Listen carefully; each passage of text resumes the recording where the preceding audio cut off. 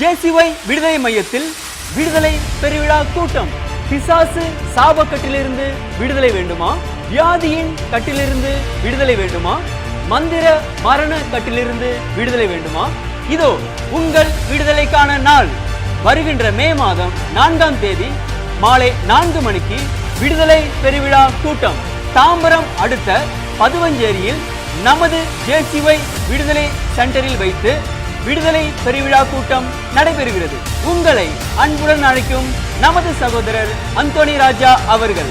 தொடர்புக்கு 9841889948 மற்றும் 7867995528. உங்கள் யாவரையும் அன்புடன் அழைக்கிறோம்.